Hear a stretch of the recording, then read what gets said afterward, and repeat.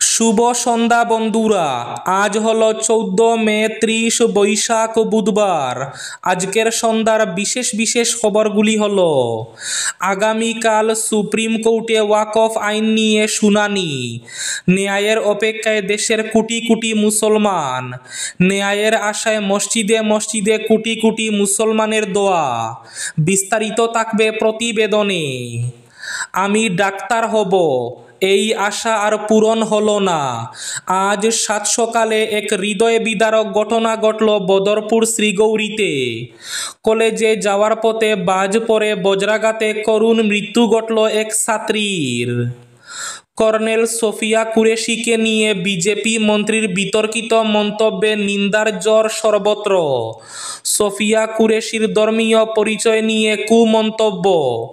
BJP মন্ত্রীর পদত্যাগের দাবি করল কংগ্রেস। সামাজিক মাধ্যমে বিতর্কিত সাম্প্রদায়িক মন্তব্য করে গ্রেফতার হাইলাকান্দির শাহিন আহমেদ মজুমদার নামের এক যুবক। দেশের সুপ্রিম কোর্টের নতুন বিচারপতি বি আর গাভাই।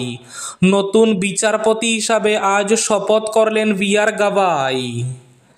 বাইক এল্টোর মুখোমুখি সংঘর্ষে গুরুতর আহত পাতারকান্দির এক যুবক। আজ কুকিতলে ভয়াবহ সড়ক দুর্ঘটনা। অহংকার করলে আমারও অবস্থা হবে কংগ্রেসের মতো, বললেন মুখ্যমন্ত্রী হিমন্ত বিশ্ব শর্মা। মাটির দালালদের গ্রেফতার করা হবে রাষ্ট্রীয় সুরক্ষা আইনের অধীনে। আজ আবার কড়া ঘোষণা মুখ্যমন্ত্রী ডক্টর হিমন্ত বিশ্ব শর্মার। মাত্র কয়েক ঘন্টার বৃষ্টিতে কৃত্রিম বন্যা নিলামবাজারে। পূর্ত সড়কে হাঁটু জল, স্কুলও জলের নিচে। স্কুল সহ এলাকার রাস্তাঘাট জলের নিচে। বর্ষার শুরুতে দুর্ভোগ ভুবনেশ্বর নগরে। বিপাকে ছাত্রছাত্রী সহ পথচারীরা। কৃত্রিম বন্যার পরিস্থিতি সৃষ্টি হয়েছে বদরপুরের বিভিন্ন স্থানেও। মুক্তি পেলেন বিএসএফ জওয়ান পূর্ণম কুমার। 22 দিন পর ফিরলেন দেশে।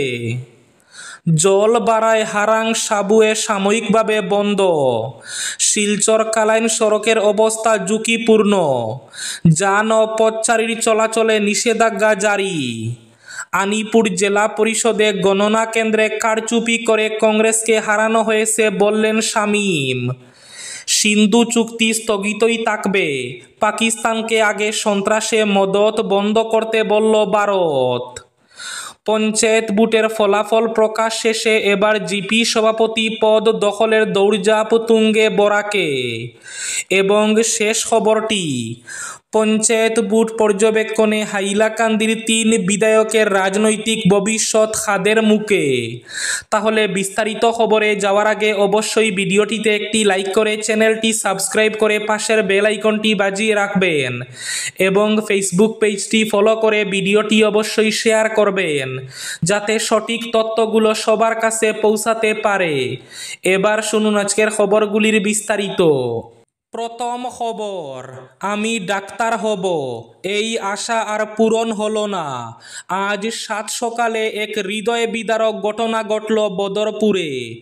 কলেজের উদ্দেশ্যে ঘর থেকে বের হলে কলেজে আর পৌঁছাননি স্নাতকের ছাত্রী জাহিদা বেগম। রাস্তায় করুণ পরিণতি ঘটল।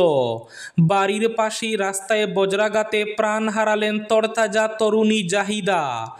এই মর্মান্তিক ঘটনাটি ঘটেছে আজ বুধবার সকাল 6:30 নাগাদ খাইরুন্নেসা উইমেন্স কলেজের ছাত্রী জাহিদা বেগম। জানা যায় আজ সকালে হাসানপুরের বাসিন্দা সুহেল আহমেদের 2 মেয়ে বদরপুর শ্রীগৌরীতে কলেজে যাওয়ার জন্য ঘর থেকে বের হয়। জাহিদা ছিলেন সামনে আর পেছনে ছিল ছোট বোন। বাড়ি থেকে অল্প দূরে যাওয়ার পরই এই ঘটনাটি ঘটে। বজ্রপাত ঘটলে ঘটনাস্থলে মৃত্যু হয় জাহিদার। জাহিদা ছিলেন পরিবারের সবচেয়ে বড়। এই হৃদয় বিদারক ঘটনায় গোটা এলাকায় শোকের ছায়া নেমে এসেছে। ওয়াকফ নিয়ে সুপ্রিম কোর্টে আগামীকাল শুনানি। ন্যায়ের পক্ষে অপেক্ষায় দেশের কোটি কোটি মুসলমান। আগামীকাল সুপ্রিম কোর্টে ওয়াকফ আইন নিয়ে শুনানি। ন্যায়ের আশায় মসজিদে মসজিদে কোটি কোটি মুসলমানদের দোয়া। আগামীকাল ওয়াকফের নতুন শুনানির জন্য তারিখ নির্ধারণ করেছিল সুপ্রিম কোর্ট। আগামীকাল 15 মে সুপ্রিম কোর্টের নতুন প্রধান বিচারপতি বি.আর. গাভাইয়ের নেতৃত্বাধীন বেঞ্চে শুনানি হবে। মাত্র কয়েক ঘন্টার বৃষ্টিতে কৃত্রিম বন্যা সৃষ্টি হয়েছে বরাকের বিভিন্ন প্রান্তে। কৃত্রিম বন্যা নিলামবাজারে, পূর্ত সড়কে হাঁটু জল, স্কুল জলের নিচে। নিলামবাজার যাত্রাপুর সড়কে অভাবনীয় পরিস্থিতি। পূর্ত সড়কের উপর হাঁটু সমান জল, জলমগ্ন গোটা এলাকা। 101 নম্বর প্রেমময়ী স্কুল জলের নিচে, ব্যাহত জনজীবন। কৃত্রিম বন্যার জন্য বিধায়ক সিদ্দিক আহমেদকে দায়ী করলেন স্থানীয়রা। এদিকে স্কুল সহ এলাকার রাস্তাঘাট জলের নিচে। বর্ষার শুরুতে দুর্ভোগ ভুবনেশ্বর নগরে, বিপাকে ছাত্রছাত্রী সহ পথচারীরা। স্কুল সহ এলাকার রাস্তাঘাট জলের নিচে, বিপাকে পড়েছেন ছাত্রছাত্রী সহ এলাকার পথচারীরা। জলস্ফীত হারাং নদীর হুঁশিয়ারি সংকেতে জনসুরক্ষাকে সর্বোচ্চ অগ্রাধিকার দিয়ে এক গুরুত্বপূর্ণ পদক্ষেপ গ্রহণ public works department Barkhola territorial road sub ডিভিশনের। শিলচরের তথ্য এবং জনসংযোগ বিভাগের আঞ্চলিক কার্যালয়ে প্রাপ্ত এক সরকারি বিজ্ঞপ্তিতে পাবলিক ওয়ার্কস রোডস বিভাগের পক্ষ থেকে জানানো হয়েছে যে হারাং নদীর উপর নির্মিত 17-1 নম্বর ব্রিজ সংলগ্ন সাবুয়েতে সমস্ত যানবাহন এবং পথচারীর চলাচল অবিলম্বে স্থগিত করা হয়েছে। নদীর জলস্তর বিপজ্জনকভাবে বৃদ্ধি পাওয়ায় পরিস্থিতিকে ঝুঁকিপূর্ণ বলে বিবেচনা করে এই সিদ্ধান্ত নেওয়া হয়েছে। যে কোনো অপ্রীতিকর ঘটনার সম্ভাবনা এড়াতে এই সাবওয়ে সাময়িকভাবে বন্ধ রাখা হয়েছে বলে জানানো হয়েছে। এই নিষেধাজ্ঞা পরবর্তী নির্দেশ না দেওয়া পর্যন্ত বলবৎ থাকবে। মাটির দালালদের জন্য আবার কড়া হুঙ্কার মুখ্যমন্ত্রী ডক্টর হিমন্ত বিশ্ব শর্মার। চলবে অভিযান। মাটির দালালদের গ্রেফতার করা হবে রাষ্ট্রীয় সুরক্ষা আইনের অধীনে। আজ এই কড়া মন্তব্য মুখ্যমন্ত্রী ডক্টর হিমন্ত বিশ্ব শর্মার। রাজ্যের বিভিন্ন প্রান্তে রয়েছেন মাটির দালালরা, তাই এবার মাটির দালালদের বিরুদ্ধে আবার অভিযান শুরু হবে। মাটির দালালদের গ্রেফতার করা হবে রাষ্ট্রীয় সুরক্ষা আইনের অধীনে। কর্নেল সোফিয়া কুরেশির ধর্মীয় পরিচয় নিয়ে বিতর্কিত মন্তব্য মধ্যপ্রদেশের বিজেপি মন্ত্রী বিজয় শাহর। এই ঘটনায় বিজেপি নেতার বিরুদ্ধে ফুঁসে উঠল গোটা দেশ। প্রবল চাপের মুখে ক্ষমা চেয়েও রেহাই মেলেনি বিজয় শাহর। প্রবীণ ওই নেতাকে অবিলম্বে মন্ত্রী পদ থেকে বরখাস্তের দাবিতে সুর চড়াল কংগ্রেস। পহেলগাঁও জঙ্গি হামলার জবাবে গত 7 মে পাকিস্তান ও পাক অধিকৃত কাশ্মীরে অবস্থিত সন্ত্রাসের আঁতুড়ঘর গুড়িয়ে দিয়েছিল ভারতীয় সেনা।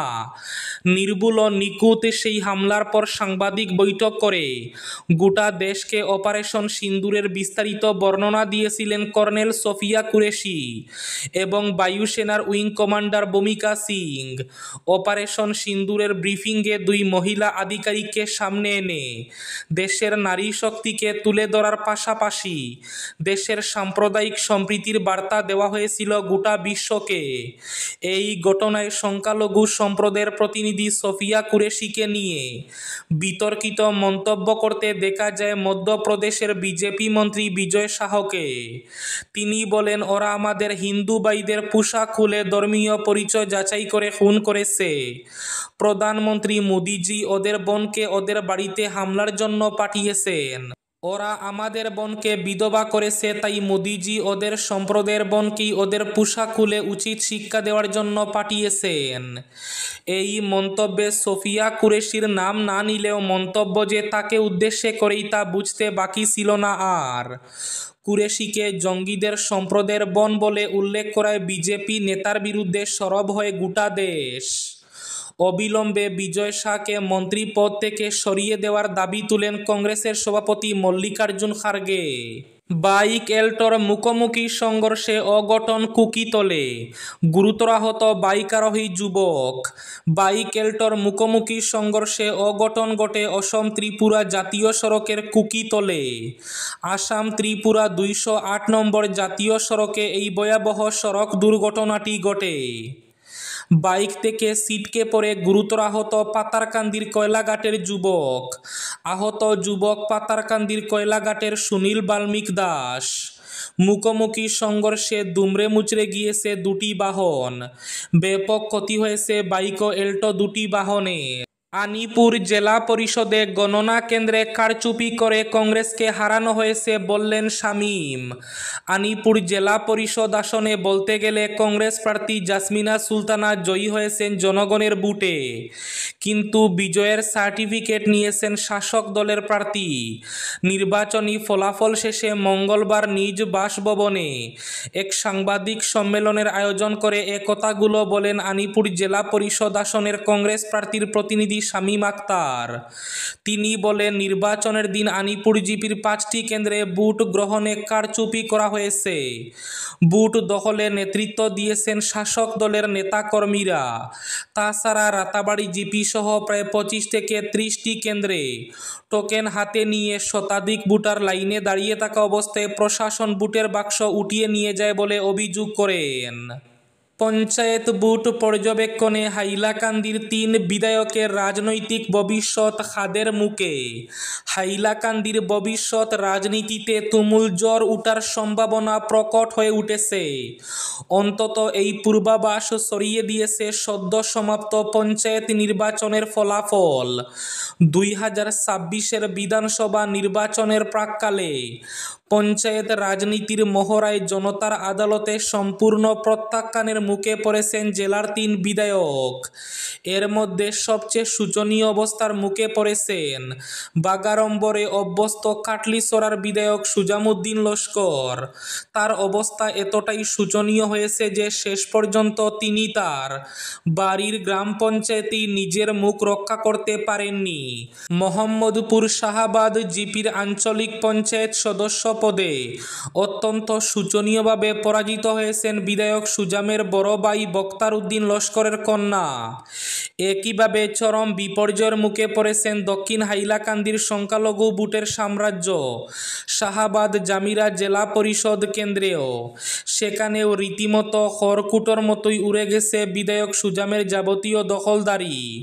ওই জেলা পরিষদ কেন্দ্রে বিধায়কের সমস্ত কুড়চাল নস্যাৎ করে অত্যন্ত চমকপ্রদ জয় হাসিল করেছেন কংগ্রেসের মনোনয়ন বঞ্চিত যুব নেতা ফিরোজ খান চৌধুরী মান্নার পত্নী নির্দল প্রার্থী ফাতেমা বেগম চৌধুরী। ফাতেমার স্বামী মান্না খানকে ঘিরে শেষ পর্যন্ত জনসমর্থনের এক সুনামি তৈরি হয়েছিল সেখানে, যার পূর্বাভাস পাওয়া যাচ্ছিল ভোটের অনেক আগে থেকে। একইভাবে আজমল ব্রিগেড থেকে বহিষ্কারের পর রাজনৈতিক পুনর্বাসনের জন্য রীতিমতো দিশেহারা আলগাপুরের বিধায়ক নিজামুদ্দিন চৌধুরীও বেমালুম নিজের হাঁটুতে কুঠারাঘাত করেছেন পঞ্চায়েত নির্বাচনে। তিনি অখিল গগৈ নেতৃত্বাধীন রাইজর দলের আশ্রয় লাভের উদ্দেশ্যে দলের কেন্দ্রীয় পদাধিকারী জহিরুদ্দিন লস্করের পক্ষে রামচন্ডী নিমাইচাঁদপুর জেলা পরিষদ কেন্দ্রের প্রচারে মুখ্য ভূমিকায় অবতীর্ণ হয়েছিলেন, কিন্তু শেষ রক্ষা করতে পারেননি। অন্যদিকে হাইলাকান্দির বিধায়ক জাকির হোসেন লস্করের বর্তমান রাজনৈতিক অবস্থান এমনিতেই না গড়কা না গটকা গুছের। এমনকি ভোটের আবহে নিজের নির্বাচনী এলাকায় পা রাখার মতো অবস্থাও আর বাঁচিয়ে রাখতে পারেননি তিনি। এছাড়া AIUDF থেকে বহিষ্কারের পর এখনও সরাসরি অন্য কোনো দলের আশ্রয়ে যেতে পারেননি তিনি। সিন্ধু চুক্তি স্থগিতই থাকবে, পাকিস্তানকে আগে সন্ত্রাসে মদদ বন্ধ করতে বলল ভারত। পাকিস্তানের সঙ্গে যুদ্ধবিরতি ঘোষণা করেছে ভারত, তবে সিন্ধু চুক্তি স্থগিতই থাকবে বলে মঙ্গলবার জানিয়ে দিল ভারতীয় বিদেশ মন্ত্রক। বিদেশ মন্ত্রকের মুখপাত্র রণধীর জয়সওয়াল জানান, সন্ত্রাসে সীমান্তে যতদিন পাকিস্তান মদদ দেওয়া বন্ধ না করবে ততদিন এই চুক্তি স্থগিত থাকবে। এবার শেষ খবরটি, পঞ্চায়েত ভোটের ফলাফল প্রকাশ শেষে এবার জিপি সভাপতি পদ দখলের দৌড়ঝাঁপ তুঙ্গে বরাকে। পঞ্চায়েত বুটের ফলাফল প্রকাশ শেষ। এবার শুরু হলো সভাপতি পদের দৌড়ঝাঁপ। পঞ্চায়েতের নতুন নিয়মে গ্রুপ সদস্য থেকে জিপি সভাপতি নির্বাচিত হবেন। ফলে সভাপতি পদের সম্ভাব্য দাবিদাররা গুরুত্বপূর্ণ পদ দখল করতে ইতিমধ্যে গ্রুপ সদস্যের সঙ্গে যোগাযোগ শুরু করে দিয়েছেন। এই ছিল আজকের সন্ধ্যার বিশেষ বিশেষ খবরগুলি। ভিডিওটি অবশ্যই লাইক করে শেয়ার করে দেবেন।